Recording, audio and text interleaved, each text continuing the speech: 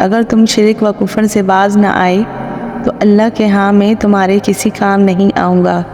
حضرت ابو ہریرہ رضی اللہ تعالیٰ عنہ نے بیان کیا، جب آیت اور اپنے خاندان کے قرابت داروں کو ڈرا نازل ہوئی تو رسول صلی اللہ علیہ وسلم نے صفا پہاڑی پر کھڑے ہو کر آواز دی کہ اے جماعت قریش، یا اس طرح کا اور کوئی کلمہ آپ نے فرمایا، اللہ سبحانہ تعالیٰ کی اطاعت کے ذریعے اپنی جانوں کو اس کے عذاب سے بچاؤ۔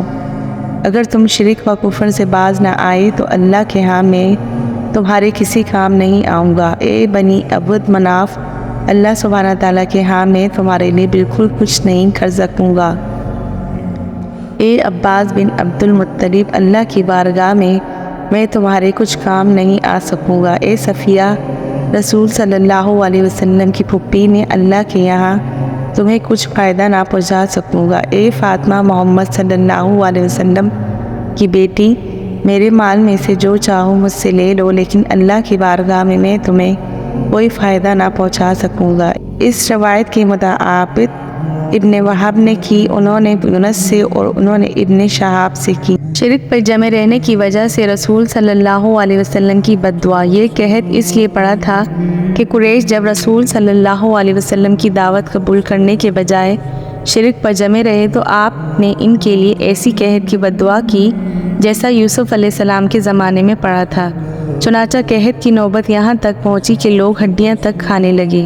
لوگ آسمان کی طرف نظر اٹھاتے لیکن بھوک اور فاقے کی شدت کی وجہ سے دھوئیں کے سوا اور کچھ نظر نہ آتا۔ اس کے متعلق اللہ سبحانہ تعالیٰ نے یہ آیت نازل کی، تو آپ انتظار کریں اس روز کا جب آسمان کی طرف نظر آنے والا دھواں پیدا ہو جو لوگوں پر چھا جائے، ایک دردناک عذاب ہوگا۔ بیان کیا گیا، پھر ایک صحابہ حضرت صلی اللہ علیہ وسلم کی خدمت میں حاضر ہوئے اور عرض کی، یا رسول اللہ، قبیلہ مضر کے لیے بارش کی دعا کیجیے کہ وہ برباد ہو چکے ہیں۔ حضرت صلی اللہ علیہ وسلم نے فرمایا کہ مضر کے حق میں دعا کے لیے کہتے ہو، تم بڑے جری ہو۔ آخر حضرت صلی اللہ علیہ وسلم نے ان کے لیے دعا فرمائی اور بارش ہوئی۔ اس پر آیت انکم عادون نازل ہوئی، یعنی اگرچہ تم نے ایمان کا وعدہ کیا ہے لیکن تم کفر کی طرف پھر لوٹ جاؤ گے۔